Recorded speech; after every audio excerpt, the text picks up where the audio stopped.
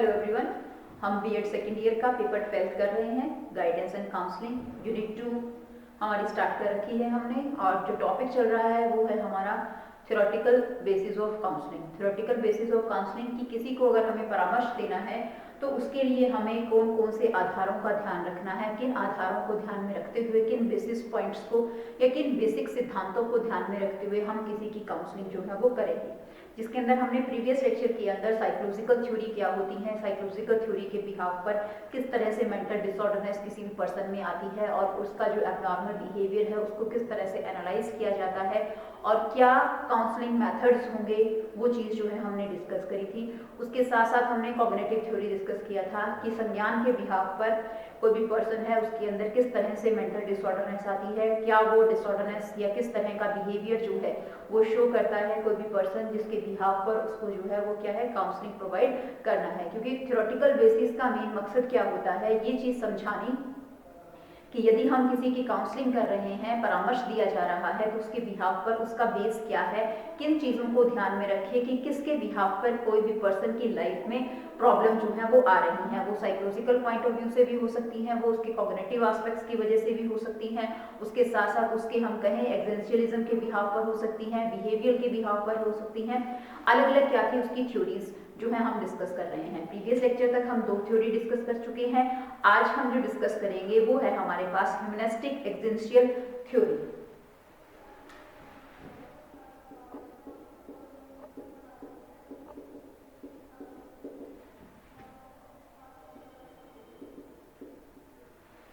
Existential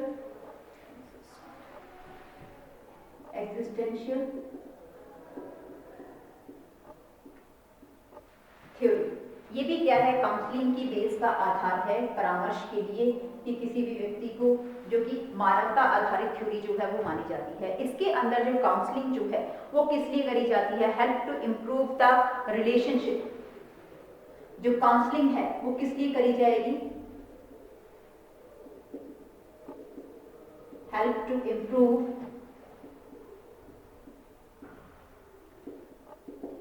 the relationship. Relationship किस तरह का रिलेशनशिप, हम कहें पर्टिकुलर पर्संस हैं उनके बीच में मदर सन का रिलेशन है, फादर सन का रिलेशन है,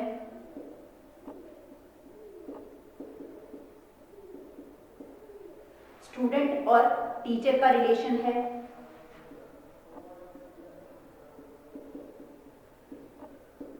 डॉक्टर और पेशेंट के रिलेशन है। यानी कि जो कोई भी पर्सन हम कहें लाइफ के अंदर हम सोशल रिलेशंस या सोशल बॉन्डिंग्स जो हैं वो देखते हैं, उसके बिहाफ पे हर इंडिविजुअल पर्सन्स के क्या होते हैं, कुछ रिलेशनशिप होते हैं, कुछ पर्सन्स हैं, कुछ सोशल के बिहाफ पर वो फॉर्म करता है। तो उनके अंदर जब कोई भी कॉन्फ्लिक्ट्स या वो कैपेबिलिटीज जो हैं डेवलप करनी जिसके बिहाफ पर उसके अंदर रिलेशनशिप जो है वो स्ट्रॉन्ग होते हैं, तो वहाँ जो काउंसलिंग जो है दी जाती है किस चीज़ के, इस टाइप के जो पर्टिकुलर पर्सन के रिलेशंस हैं उनको अच्छी तरीके से विकसित करने के लिए, डेवलप करने के लिए। मीन्स या मैं ये कहूँ कि assistance is given to improve the relationship.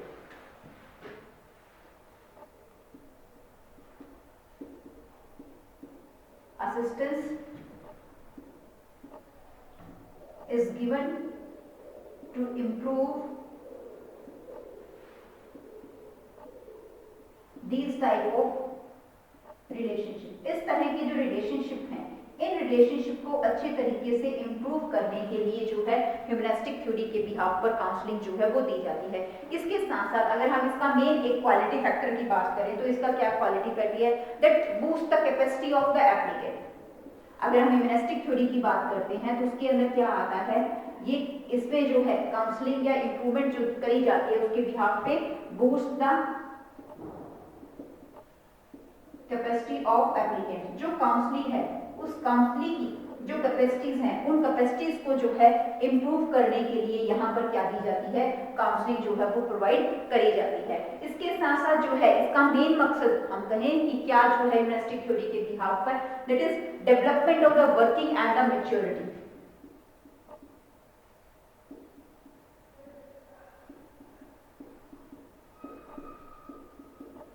Working and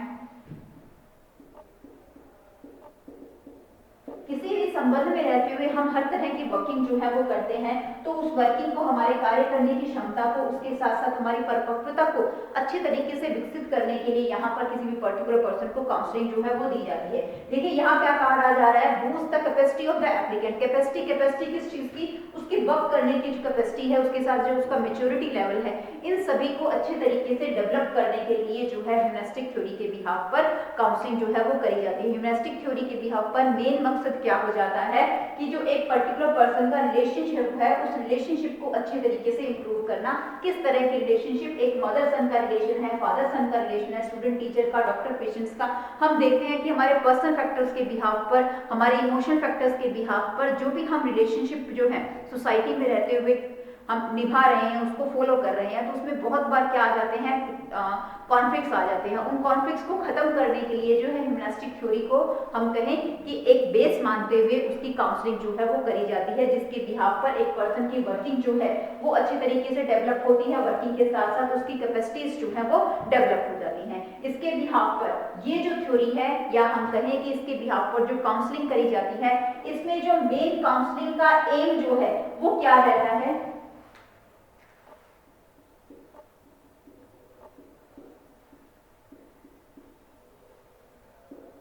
जो एम ऑफ काउंसलिंग है वो क्या है, that is psychological development and psychological maturity.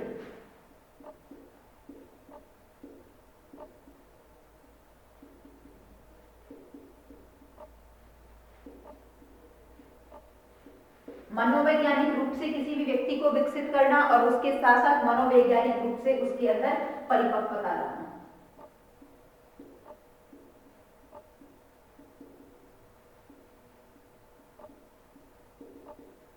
क्योंकि एक पर्टिकुलर पर्सन के बिहाफ पे जब हम रिलेशनशिप के अंदर जो है वो कोई भी वर्किंग कर रहे हैं, उसके अंदर जो साइकोलॉजिकल डेवलपमेंट है और साइकोलॉजिकल मैच्योरिटी आती है, उसके बिहाफ पर एक पर्सन को ह्यूमनिस्टिक काउंसलिंग जो है वो दी जाती है। ह्यूमनिस्टिक काउंसलिंग क्यों दी जाती है, क्योंकि हर पर्सन जो है वो अलग अलग तरह के फीचर्स, अलग तरह के कैरेक्टरिस्टिक्स जो है वो दिखाता है।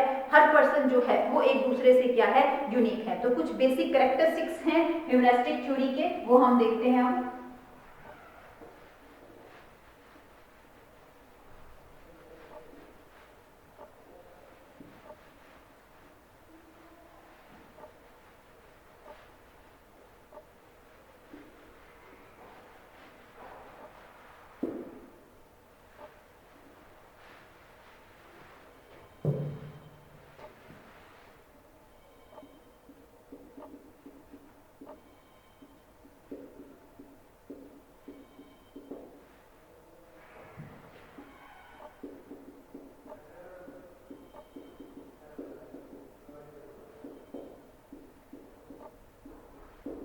ह्यूमनिस्टिक थ्योरी के बेसिक कैरेक्टरिस्टिक्स जो है वो क्या है। सबसे पहला जो इसके अंदर कैरेक्टरिस्टिक्स आता है, दैट इज ह्यूमन पोटेंशियल।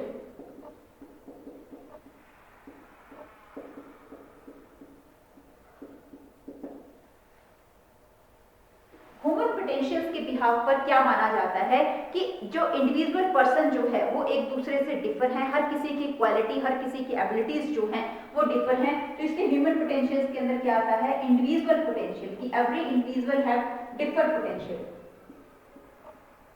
हर कोई व्यक्ति जो है, हर किसी व्यक्ति के जो पोटेंशियल है वो एक दूसरे से क्या होंगे, अलग होंगे। क्षमताएं जो हैं हम क्या देखेंगे, इसके अंदर अलग अलग जो है वो रहेंगी। Everybody explain in the different manner. हम क्या देखते हैं कि हर किसी का किसी भी चीज को एक्सप्लेन करने का, किसी भी चीज को एक्सप्रेस करने का जो तरीका होता है वो एक दूसरे से बिल्कुल ही अलग होता है। Every person explain and express in different manner. वो हर कोई जो है वो एक डिफरेंट मैनर के अंदर जो है वो क्या करता है, एक्सप्लेन करता है किसी भी चीज को। उसके बिहाफ पर हम क्या देखते हैं, positive and negative feeling of every person are differ. हर किसी व्यक्ति की जो हम कहें कि उसकी जो पॉजिटिव फीलिंग्स हैं, उसकी नेगेटिव फीलिंग्स हैं, उसके इमोशन एस्पेक्ट्स हैं, वो हर किसी के एक दूसरे से क्या होते हैं, अलग अलग होते हैं। सेकंड जो इसका मेजर कैरेक्टरिस्टिक्स आता है, दैट इज फ्रीडम। फ्रीडम के बिहाफ पर यहाँ क्या है कि जो every person have quality of self awareness, her person की एक क्वालिटी है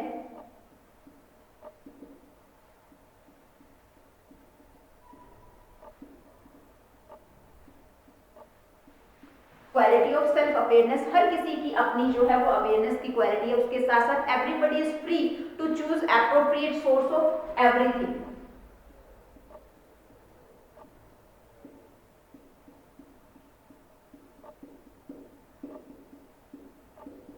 हर तरह के जो सोर्सेज हैं उनको चुनने के लिए हर कोई व्यक्ति जो है वो अलग है। इसके साथ साथ हम देखते हैं कि हर पर्सन जो है उसके बिहाफ पे he is builder of his future on his own efforts, की एक पर्सन जो है अपने ही एफर्ट्स के बिहाफ पर अपने फ्यूचर को जो है वो बनाता है। हर किसी की एबिलिटी क्वालिटीज जो हैं वो अलग अलग होती हैं।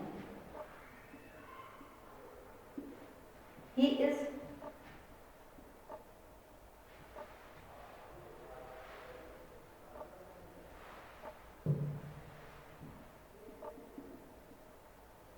builder of his own future by him on efforts, खुद के एफर्ट्स के बिहाफ पर वो अपने फ्यूचर को जो है वो बनाता है। वो चीज क्या है? फ्रीडम। हर कोई व्यक्ति जो है अपनी फ्रीडम जो है वो चाहता है। उसके साथ साथ नेक्स्ट आता है इसके अंदर third, that is responsibility.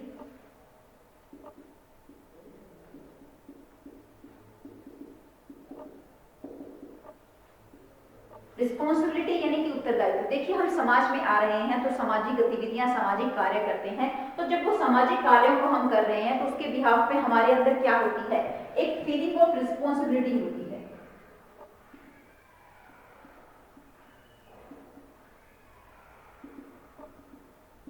Feeling of responsibility के साथ साथ हर कोई अपनी एबिलिटीज के बिहाफ पर जो है वो हम कहें अपनी रिस्पॉन्सिबिलिटीज को जो है वो फुलफिल करता है। हम क्या देखते हैं कि कोई भी पर्सन जो है अपनी रिस्पॉन्सिबिलिटी, एक पर्सन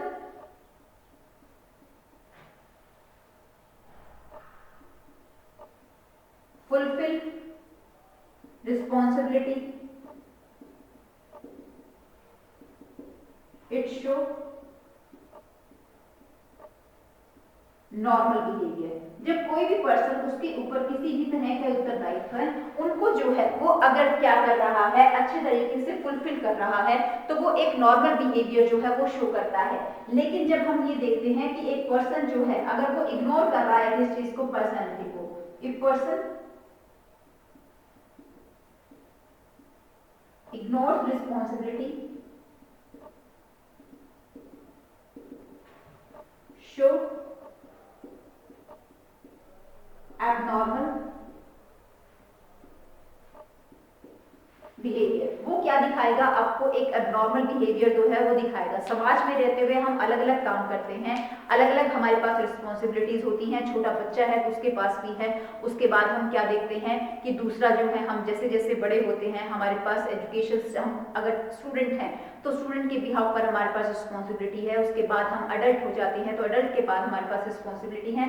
तो हर कोई जो है अपनी रिस्पॉन्सिबिलिटीज को फील करता है। फील करने के बाद उसके खुद के एफर्ट्स होते हैं कि वो कितने पॉइंट ऑफ व्यू से, कितने अपने एफर्ट्स के बिहाफ पर अपनी रिस्पॉन्सिबिलिटीज को फुलफिल कर रहा है।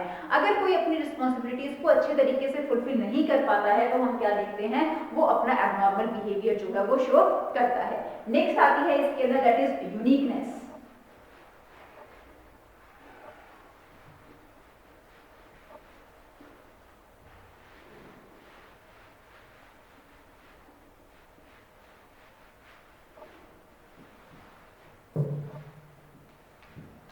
बेसिक कैरेक्टरिस्टिक्स फोर्थ है हमारे पास यूनिकनेस। यूनिकनेस का मतलब कि हर कोई, every individual person is unique. हर कोई व्यक्ति जो है वो अपनी लाइफ में क्या है? यूनिक है। अपनी लाइफ के अंदर क्या है? वो एक, हम कहें कि एक अलग व्यक्ति है। हर कोई, एवरी पर्सन इज यूनिक। हर कोई व्यक्ति जो है वो दूसरे से इंडिविजुअल है, विभिन्न है, अलग है, जो है वो किसी भी तरीके से हो सकता है। जैसे हम कहें कि हर पर्सन की हम क्या देखेंगे? Nature, habits. हर किसी का नेचर जो है वो अलग है, हैबिट्स जो है वो अलग है, पर्सनालिटी जो है वो अलग है। पर्सनालिटी के साथ साथ हम हर किसी का इंटरेस्ट देखेंगे, वो भी क्या होगा, अलग होगा। हर किसी का जो एबिलिटी लेवल है वो भी क्या होगा, अलग होगा। तो यूनिकनेस जो है वो बहुत सारी क्वालिटीज के बिहाफ पर मिलेगी हमें। इसके साथ साथ हम क्या देखेंगे, स्टाइल ऑफ वर्किंग। हर किसी के व्यक्ति का काम करने का तरीका क्या होगा, style of working is differ. आप किसी भी एक ही प्रोफेशन से जुड़े हुए दो व्यक्तियों को आप देख सकते हो, तो वहां आप क्या देखोगे, quality of work. Quality of work के साथ स्टाइल ऑफ वर्किंग जो है हर किसी का जो है वो अलग मिलेगा, चाहे वो एक ही तरह के प्रोफेशन से जो है वो जुड़े हुए हैं। इसके साथ साथ हम क्या देखते हैं कि ये जो हम कहें कि ये यूनिकनेस जो होती है, इन यूनिकनेस में कई बार हम क्या आ जाती है, डिसऑर्डरनेस आ जाती है। जब एवरी पर्सन जो है, जो मानव जो है वो अगर इस संसार के अंदर एग्जिस्ट कर रहा है, हर व्यक्ति एक दूसरे से अलग है, तो उसके बिहाफ पर उसको जो काउंसलिंग करने का तरीका भी क्या है, अलग होगा। हम कभी ये नहीं कह सकते कि एक व्यक्ति को जैसा किसी भी प्रॉब्लम का सॉल्यूशन दिया गया वही सॉल्यूशन जो है वो दूसरे को दिया जाएगा। तो यहाँ हम कुछ काउंसलिंग मेथड देखते हैं आप ह्यूमनिस्टिक थ्योरी के बिहाफ पर, कि हमारे पास काउंसलिंग मेथड जो है वो कौन कौन से होने चाहिए, किस तरह से हमसे जो है वो काउंसलिंग करनी चाहिए। तो सबसे पहले वो कहता है कॉर्डिनल बिहेवियर टुवर्ड्स एप्लीकेंट।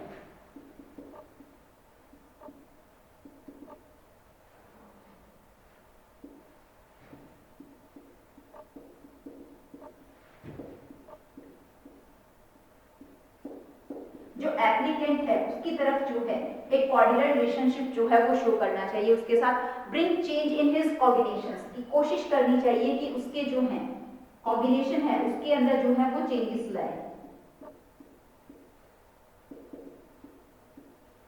उसका जो सोचने का तरीका है, उसका जो व्यक्तित्व है, उसके साथ उसका ज्ञान जो है उसको जो है वो परिवर्तित किया जाना चाहिए। Optimistic approach should be used.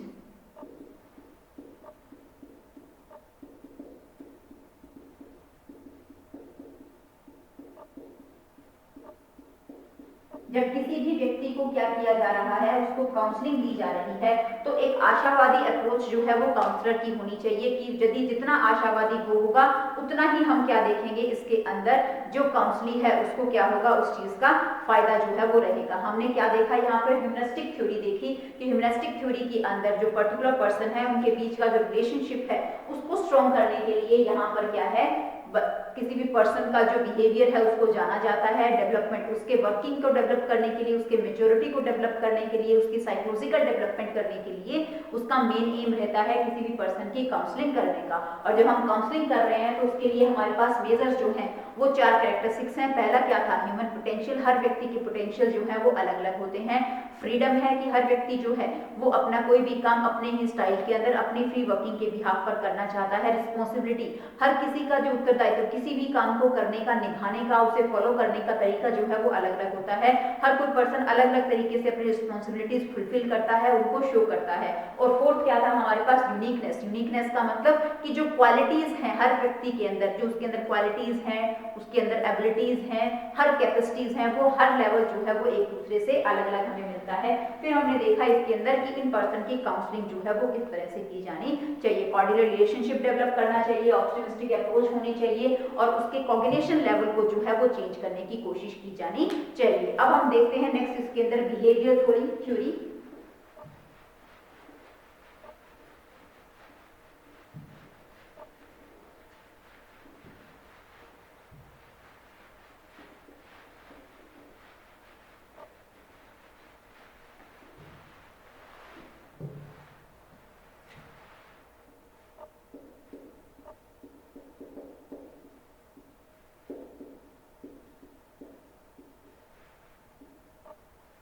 Next जो हमारे पास थ्योरेटिकल बेस है वो क्या है, हमारा behaviour theory.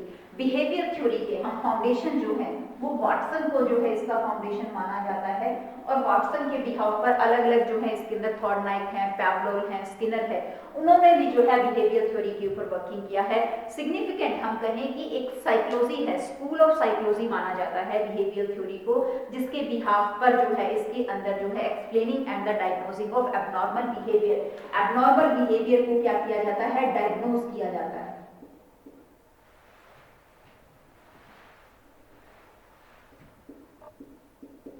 Diagnosis of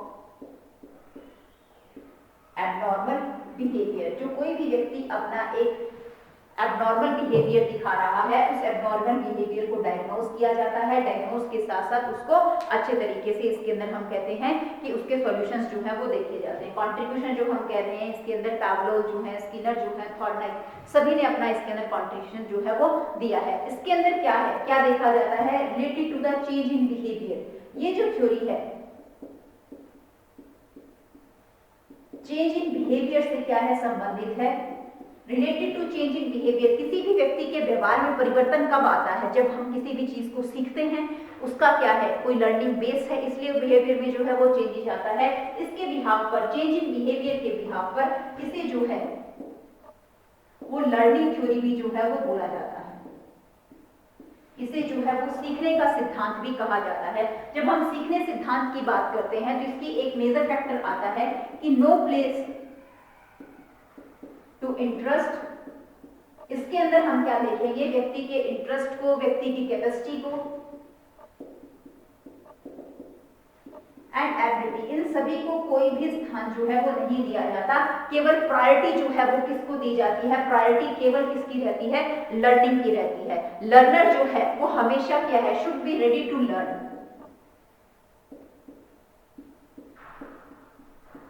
should be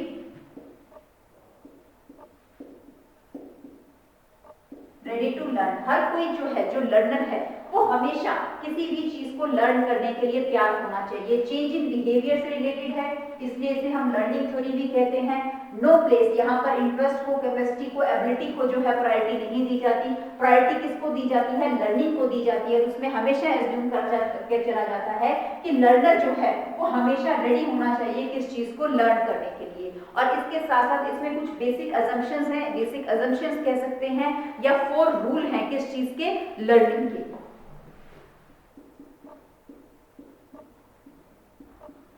rule of learning, हमारे पास इसके अंदर क्या है, बेसिक कुछ 4 रूल्स हैं लर्निंग के, जिसके बिहाफ पर लर्निंग जो है होती है। सबसे पहले क्या आता है इसके अंदर, इंटरनल एक्यूशन।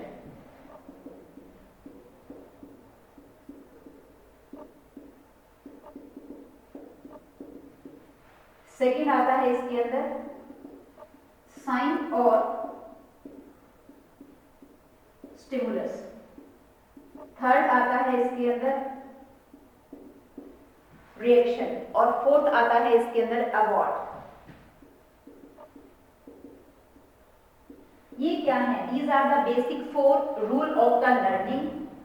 इसके अंदर क्या माना जाता है, सबसे पहले क्या है आपके पास, इंटरनल एक्यूशन। इंटरनल एक्यूशन का मतलब क्या है कि हर व्यक्ति जो है वो किस चीज के लिए रेडी हो, किसी भी चीज को लर्न करने के लिए रेडी हो। अंदर से जो है उसकी एक इंटरनल एक्यूशन होनी चाहिए कि मैं ये चीज जो है वो लर्न करना चाहता हूँ। आप देखो छोटा सा बच्चा है, वो भी क्या है, अपना एक लर्निंग बिहेवियर जो है वो दिखाता है। लर्निंग एक इस तरह की एबिलिटी है जो हमारी जन्म से लेकर और डेथ तक जो है हमारे साथ चलती है। छोटा बच्चा है, उसे नहीं पता है, लेकिन जब वो ऑब्जर्व करता है, किसी दूसरे को देखता है, तो वो उस चीज को भी जो है वो सीखना चाहता है। उसे नहीं पता है कि वो चीज कैसे करनी है, कैसे होगी, गलत हो रही है, सही हो रही है, फिर भी वो उस चीज को करने की कोशिश करता है। तो मतलब किसी चीज को लर्निंग के लिए सबसे पहले क्या आता है, इंटरनल एक्यूशन होनी चाहिए अंदर से कि मैं किसी चीज को सीखना चाहता हूँ। सेकंड क्या आता है इसके अंदर, साइन और स्टिमुलेशन। स्टिमुलेशंस क्या है कि जो कि कंपेल करे, किसको, आधार दे किस चीज को, लर्निंग के लिए। जो हम इंटरनल इंट्यूशन जो है हमें कब होगी, जब हम दूसरे को देखेंगे। आप देखिए छोटा सा बच्चा, उसके सामने उसके मदर फादर अगर स्पून से खाना खा रहे हैं, तो वो जो स्पून से खाना खा रहे हैं वो उसके लिए क्या है, एक स्टिमुलेशन का काम करता है, स्टिमुलस का काम कर रहा है। तो वो स्टिमुलस उसको कंपेल कर रही है कि मैं भी उसी तरह से करूं। तो छोटे से बच्चे को आप देखिए, जब आप उसको खाना खिलाते हो तो वो खुद अपने आप खाना खाने की कोशिश करता है। स्पून चाहे गलत पकड़िए चाहे सही पकड़िए, अपने आप करने की कोशिश करता है। मतलब इंटरनल जो इंफ्यूजन है उसके लिए स्टिमुलस जो है वो बहुत जरूरी है। नेक्स्ट आता है आपका रिएक्शन। जो स्टिमुलस हम करते हैं, जो स्टिमुलेशन दी जाती है, स्टिमुलस प्रोवाइड द रिएक्शंस या रिस्पांस। जो स्टिमुलेशन दी जाएगी उसके ऊपर क्या दिया जाएगा, रिएक्शन के बिहाव पर रिस्पांस जो है वो शो किया जाएगा। जो मैंने अभी आपको एग्जांपल दिया कि बच्चा जो है अपने पेरेंट्स को देखकर जैसा वो कर रहे हैं हूबहू वैसा करने की कोशिश करते हैं, जब तक उसे पता ही नहीं है कि क्या सही है क्या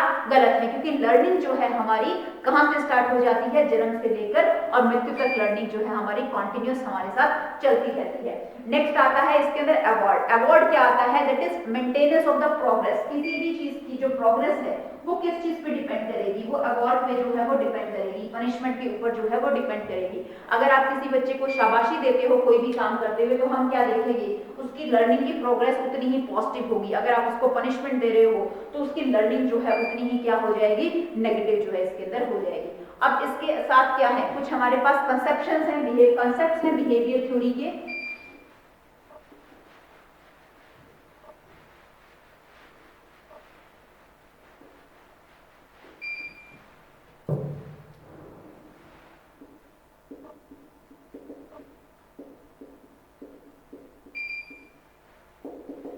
बेसिक कंसेप्ट 3 इसके अंदर जो है वो बेसिक कंसेप्ट है। सबसे पहले आता है एनवायरमेंटलिज्म।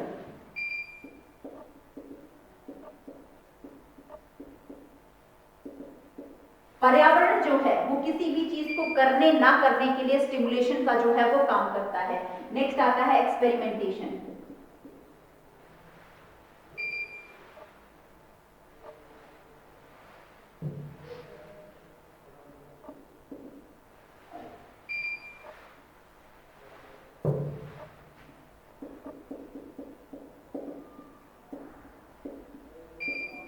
कि हम किसी भी चीज का एक्सपीरियंस करते हैं, उससे भी हमारी क्या होती है, लर्निंग होती है। और सेकंड थर्ड आता है इसके अंदर ऑप्टिमिज्म, कि आशावादी होना। सबसे पहले क्या कह रहा है आपको, एनवायरमेंटलिज्म। एनवायरमेंटलिज्म का मतलब कि एक इंडिविजुअल पर्सन है वो एक एनवायरनमेंट के अंदर ग्रो होता है, जो उसकी हेरिडिटरी फैक्टर हैं वो जहां उसकी डेवलपमेंट में अपना रोल प्ले करते हैं, सिमिलरली जो एनवायरनमेंट है वो भी उसके डेवलपमेंट में रोल प्ले करता है। जो रिवार्ड या जो पनिशमेंट एनवायरनमेंट के बिहाफ पर उसको दी जाती है, उसके ऊपर टोटल लर्निंग जो है वो किसी भी पर्सन की क्या है, इसके अंदर डिपेंड करती है। सिमिलरली हम कहते हैं एक्सपेरिमेंटिज्म। एक्सपेरिमेंटिज्म जो एक्सपेरिमेंट या एक्सपीरियंसेस जो हमारे साथ होते हैं, जो हम किसी भी चीज का अनुभव ग्रहण करते हैं, उस अनुभव के बिहाफ पर जो पर्टिकुलर पर्सन है उसका बिहेवियर भी चेंज होता है और उसकी पर्सनालिटी भी क्या होती है, चेंज होती है। उसके साथ साथ हम कहते हैं ऑप्टिमिज्म। ऑप्टिमिज्म मतलब आशावादी। हर व्यक्ति जो है वो किसी भी काम को तभी सीख सकता है अगर वो लाइफ में क्या है, आशावादी है। अगर हम किसी चीज को अच्छे तरीके से सीखना चाहते हैं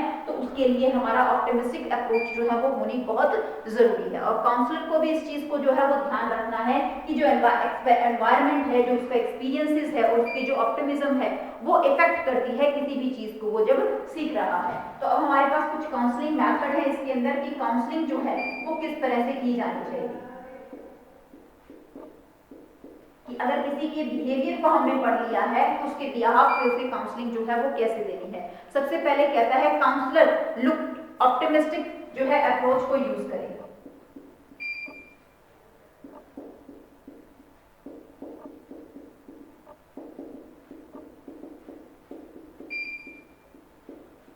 काउंसलर एक ऑप्टिमिस्टिक जो है अप्रोच को यूज करे। उसके साथ साथ वो क्या है, full assured of his talk and thought. Full assured for his talk and thought. उसकी बातों में जो है वो क्या होनी चाहिए, निराशावादी नहीं होना चाहिए, वो हमेशा क्या होना चाहिए, आशावादी जो है इसके अंदर दिखना चाहिए। उसके साथ साथ knowing understanding the behaviour, person का जो बिहेवियर है उसको अंडरस्टैंड करे, उसको समझे।